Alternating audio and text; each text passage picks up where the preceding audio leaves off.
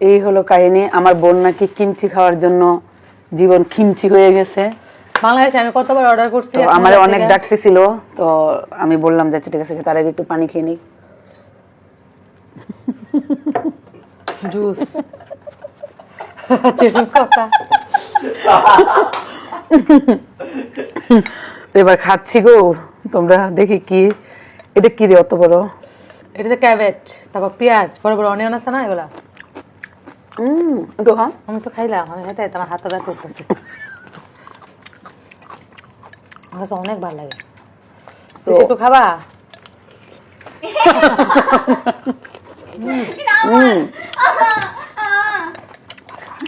আসলে আমি বলবো যে যেমন শুটকি তরকারি, এটা যেমন বাংলাদেশের মানুষ রান্না করে, বিদেশের মানুষ কপি করতে পারবে না। বাংলাদেশে কপি করছে, আমি কিনছিলাম, এত বিচ্ছিরি গন্ধ। সেম বাংলাদেশে ওইগুলা সিল করে এক মানে ছবি দিয়ে এগুলার খাওয়া, এগুলো সবজি আর মরিচ বাটা, এতগুলো সবজি এত বিচ্ছিরি ছিল, মহিলারা মানে আমার এতগুলো টাকা জ্বলে গেছিল। এখন দিয়ে মহিলা বোস্ট করে। তুই কি মদ্য খেয়েছিস? শরীর যে ইয়ে হতেছ, দেহ দিশা কি হইতেছ?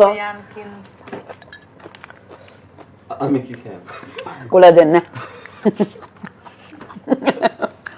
নাটি ধর একটু হাসিস।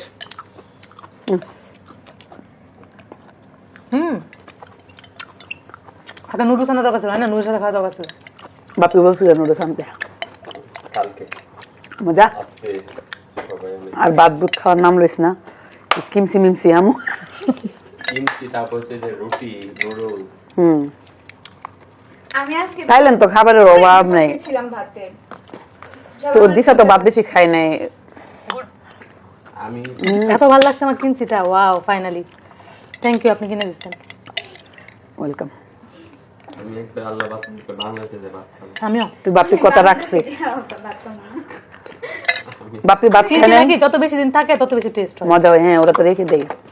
বাংলাদেশে নিয়ে যাবো 5-4টা। আবার মিয়া চেষ্টা করলাম না ওইগুলো মেয়াদটা থাকে তো, ওই যে এটা মেয়াদ এক্সপায়ার ডেট। মানে কইলাম আরে বেশি দিন রাখতে রাখতে না, পরে আর দেখা গেল মেয়ে চেষ্টা এই রাখবো না, খাই ফেলাইবো। আমি আচারের প্রতি অনেক ইয়া না। ঠিক। তো খেলুম, অনেক মজা পেলুম, আর এমন অনেক অনেক দিয়ে একটাই আনছে খাই, গাব আনছে দিশা, গাব দে একটা, যেহেতু খাওয়া শুরু করছি। একটা দিয়ে তো এতগুলো খাবো না, তো এখন খাবো এটা, নামও পরে খাবি ভিডিও করে। আমি খাইছি খাবো না, পরে খাবো। আমি রামবুতমটা খাবো। এই যে দেখেন কি খাচ্ছি গো, এগুলো এই এত যে এটা এত সস্তা, মজার, এত সস্তা। মাত্র বাংলাদেশে টাকা কত টাকা কেজি? 200। ও অনেক মজা, অনেক মজা। দেখে একটা রামবুটান দিত, কিন্তু মালয়েশিয়া দেন, এর দাম কিন্তু মানুষের দাম বেশি ছিল। রামবুতম আমাকে একটা দাও, রামবুতম। আমার রামবুটান ভালো লাগে না, আমার কাছে এটা ভালো লাগে। আমার কাছে রামবুতম অনেক ভালো লাগে। নাম কি এটা? আমি রামবুতম যাওয়ার সময় 5 কেজি নিয়ে যাবো সবাই জন্য। এই হলো উনি বলে লাগে। এই রামবুটান, আমার মা, চাচি। এই দেখেন এখন খাচ্ছি।